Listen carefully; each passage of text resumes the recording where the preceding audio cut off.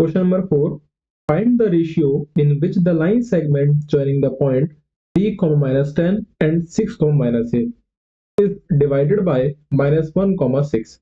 यानी कि आपके पास एक कोऑर्डिनेट है जिसका नाम है -3, 10 और दूसरा कोऑर्डिनेट बेटा क्या है 6, -8। पहला कोऑर्डिनेट ए है, दूसरा कोऑर्डिनेट क्या है बेटा बी है। अब क्या बोलता है कि इन दोनों को एक ऐसा कोऑर्डिनेट है जो कि 20 से डिवाइड करके रखा है। 20 से नहीं, मतलब इन दोनों के बीच में डिवाइड कर रखा है। वो कहाँ हो सकता है वो पता नहीं, तो हम मान लेते हैं कोऑर्डिनेट इधर होगा, तो उस कोऑर्डिनेट को कहते हैं हम डी। Got it. अब ये कोऑर्डिनेट आपको गिवन है, वो कितना है -1, 6। Got it. ये कोऑर्डिनेट एग्जैक्टली कितने रेशियो में डिवाइड करके रखा है, ये जो डी कोऑर्डिनेट है या -1, 6 है, वो कोऑर्डिनेट ए और कोऑर्डिनेट बी को किस पार्ट में या किस पोर्शन में किस रेशियो में डिवाइड करके रखा है वो निकालना है। Got it the point or not. जब हमको नहीं पता कोऑर्डिनेट क्या होगा तो हम क्या करेंगे, इस कोऑर्डिनेट को मानेंगे के रेशियो 1। तो लिखिएगा लेट द के ratio 1 be the ratio in which the line segment, अब in which the line segment in which the line segment joining। अब मुझे पूरी स्टेटमेंट ये लिखनी है, चाहो तो पूरी स्टेटमेंट ये लिख दो, ठीक है। joining the point -1, 6, या आप पूरी स्टेटमेंट ऐसे लिख देना। अब हमको रेशियो निकालना है, तो आपको एक चीज बताया था, जैसे कि यूजिंग द सेक्शन फॉर्मूला, तो यहाँ पे लिखूंगा यूजिंग सेक्शन फॉर्मूला। यहाँ पर बताया ना क्या लिखना है, यहाँ से लिखना ज्वाइनिंग से द पॉइंट, ये पूरा लिखना और -1, 6 तक पूरा लिख देना, ठीक है। यूजिंग सेक्शन फॉर्मूला हम जानते हैं x, y इसके बराबर होता है बेटा x1 plus x2 divided by, sorry यहां पर आएगा हमारा m x1 प्लस का n x2 अपॉन में m प्लस n के बराबर, कॉमा n y1 प्लस का, यहाँ पर सॉरी m y1 प्लस का n y2 अपॉन में m प्लस n की, ठीक है। ये हमारा सेक्शन फॉर्मूला होता है। तो अब इसमें x, y आपको ऑलरेडी पता है। देखो यहां पर हमारा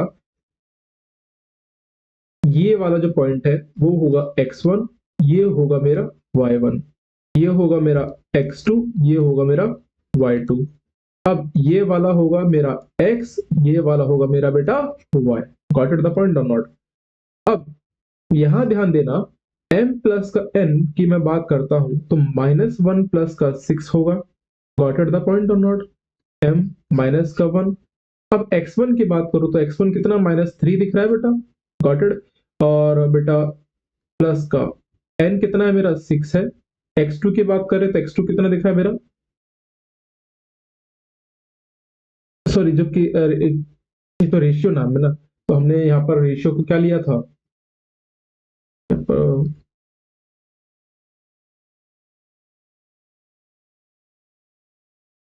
जो हमारा रेशियो था m रेशियो n, ये हमारा रेशियो ना m रेशियो n जो नाम दिया k और 1, तो k इधर आएगा 1 इधर आएगा, ठीक है। और x2 की बात करें तो x2 कितना आएगा 6, और यहाँ पर क्या आएगा x, और x की वैल्यू कितनी है बेटा -1, 6। Got it. दूसरा k रेशियो 1, तो इधर एक k लिखूंगा, इधर 1 लिखूंगा, और साथ में y1 कितना है बेटा मेरा 10 है, और y2 कितना है बेटा -8 है। ठीक है, आते हैं अगले पेज पे। समझना, यहाँ पर m प्लस का n, m को क्या था हमारा k था, n क्या था बेटा 1 था। अब हमको k की वैल्यू निकालनी है। जो k की वैल्यू आएगी वो अगर हम इसको इससे कंपेयर करते हैं, यानी x की जो वैल्यू है वो इस वाले से कंपेयर करते हैं, हमारा k की वैल्यू निकल के आ जाएगी, और k की वैल्यू जैसे निकलेगी हम इस वैल्यू में पुट करेंगे, हमारा आंसर आ जाएगा। मैंने क्या बोला, हमको k रेशियो 1 निकालना था, कुल मिला के k की वैल्यू निकालनी थी, और हम जो k की वैल्यू दिख रहे थे वो x, y में जब देखा हमने तो यहाँ पर k वाला टर्म देखना था, तो k तो सिर्फ इसी में आ रहा था, दूसरे में आ ही नहीं रहा था। तो हमारा जो k की वैल्यू जो आ रही थी वो इससे, यहाँ पर कॉमा से पहले जो यहाँ पर जो वैल्यू है लेफ्ट हैंड साइड, वो कॉमा से पहले लेफ्ट हैंड साइड x से कंपेयर कर दो, आपका आंसर आ जाएगा। Clear the point or not?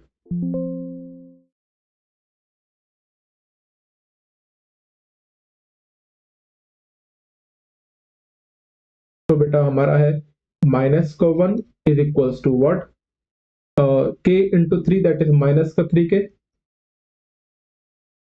Then plus का 6, प्लस का 6 अपॉन में व्हाट, k प्लस का 1, इधर मल्टीप्लाई करेंगे तो माइनस का 1, k प्लस का 1 इज इक्वल्स टू माइनस का 3k प्लस का 6, तो माइनस का 1 into k, that is minus का k, माइनस प्लस माइनस 1 1 जा 1, माइनस का 3k प्लस का 6, माइनस का k प्लस का 3k 6, और ये माइनस का 1 इधर जाएगा तो क्या होगा बेटा, प्लस का 1, तो 7, और इन दोनों को सॉल्व करो कितना आएगा 2k, तो k की वैल्यू कितनी आएगी बेटा 7 अपॉन में 2, तो जो रेशियो निकलेगा, ratio, the required ratio, k ratio 1 था, इज क्या होगा 7/2 रेशियो 1 है, इसका वैल्यू क्या आएगा 7/2, तो हमारा जो रेशियो है वो क्या निकलेगा 7/2 is 7/2। Got it the point or not?